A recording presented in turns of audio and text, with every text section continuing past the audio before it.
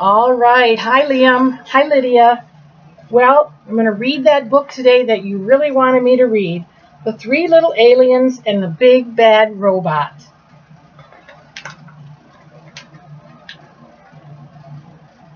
This is written by Margaret McNamara. And then it's illustrated by Mark Fearing.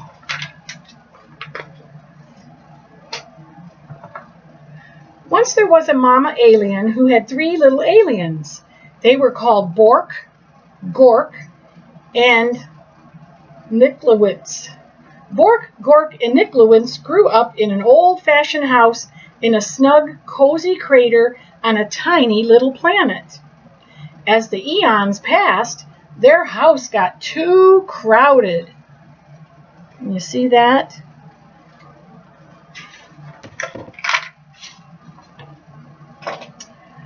It's time for you to go out into the universe and find a planet of your own, their mama told them, giving each a hug. But remember, watch out for the big bad robot. It wants to chew you up. So Gork, Bork, and Niklowitz took off. Can you see that? Bye, Mama, they cried. Bye, kids, she shouted back. Always stick together, she added. Then she sniffed a little bit. And call me every once in a while. The three little aliens traveled far and fast. There's a cute planet, said Bork. Too hot, said Niklowitz. How about that one? Asked Gork. Too crowded, replied Niklowitz. They darted around a meteor. Are we there yet? Asked Bork. Just past the next bend, a big planet swirling with dust loomed into view. Bork spotted a shiny space rover zipping around its mountains and plains. Awesome, she said. I'm going to live in that. Ma said to stick together, called Niklowitz. But Bork had already zipped too far away to hear.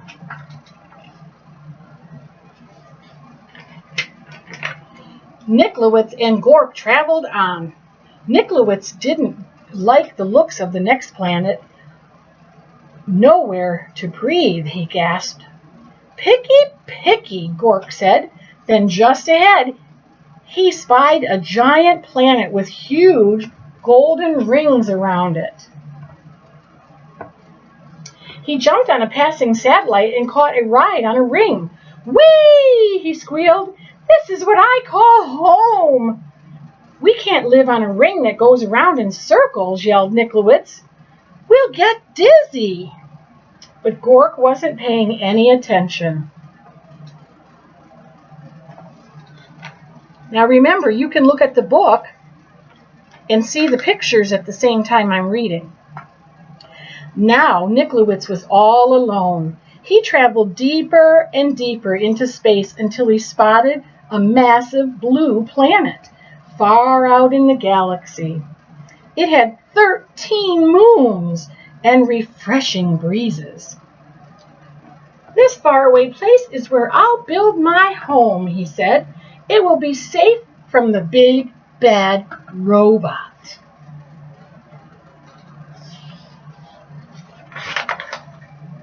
Niklowitz found everything he needed to make sturdy walls. He gathered stardust to keep his home bright and found solar panels to keep it warm. Then he grabbed a tall, shiny telescope.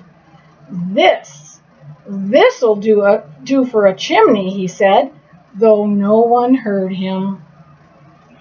Rock by rock and row by row, Niklowitz built the perfect house. When he was finished, he sat down and locked the door. His house was not very zippy or cool, but it was very safe. And there was room enough for all three little aliens. I hope they come to visit me soon, said Niklowitz.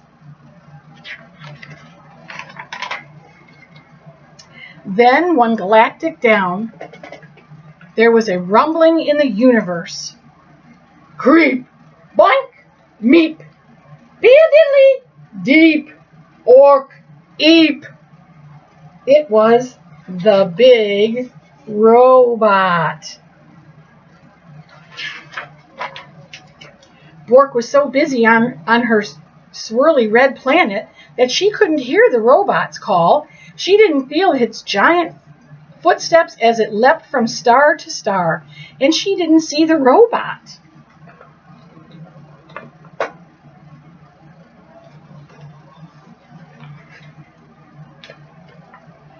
Little alien, bleeped the robot. Pull over, pull over. Not by the wheels of my trusty space rover, cried Bork bravely. Then I'll crack and smack and whack your house down, meeped the robot. And just like that, the robot cracked and smacked and whacked Bork's shiny rover into 100 pieces.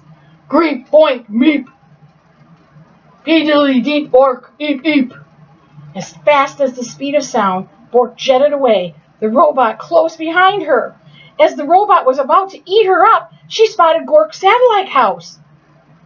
Gork, Gork, help me, she cried.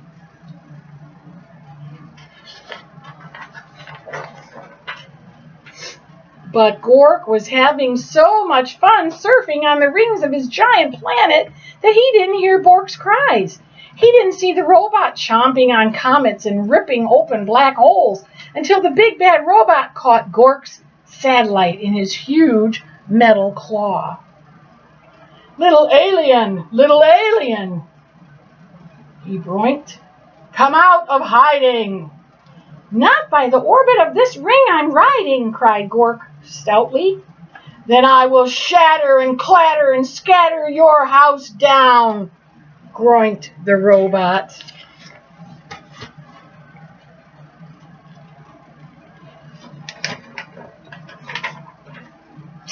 And before Gork could fly beneath the radar, that robot clattered and scattered and shattered Gork's satellite into 1,000 pieces. Greek, boink, ork, meep, deep, repeatedly, eep, eep, eep. Gork barely escaped. Over here, called Bork. Stick together. At the speed of light, Bork and Gork blasted out into space with the big bad robot getting closer all the time. Where can we hide? Asked Gork. Let's find Nickelwitz, cried Bork. He'll know what to do. Nickelwitz had heard the robot's roar. He had seen what was going on with his brother and sister through his telescope, and he was ready. He flashed his solar panels halfway across the universe. There he is, cried Bork and Gork, and they zoomed to Nickelwitz's house as fast as a hurtling asteroid. Get inside, cried Nickelwitz. No time to waste. No sooner had Bork and Gork slammed Nickelwitz's solid space rock door than they heard the robot rumbling. Little alien, he greeked. Let me come in. Not by the slime on my chinny chin chin, cried Nickelwitz. Then I will smack and crack and whack your house down, zeeped the robot.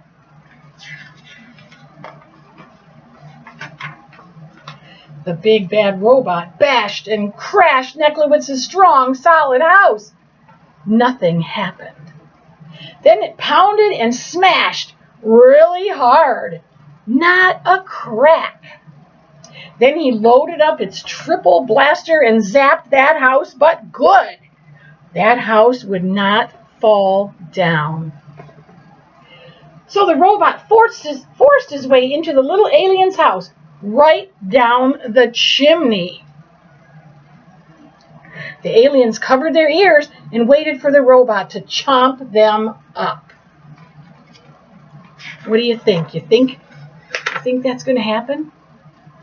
But halfway down the telescope, that robot got stuck tight, It strained and it struggled, it moaned and it groaned. Necklace's house shook and shuddered, but did not fall down. It did not. The robot gave one more mighty cry and burst into 1,000,000 pieces. Cool, said Bork. Awesome, said Gork. Just as I planned, said Nicklewitz. There's just one thing missing, said Bork.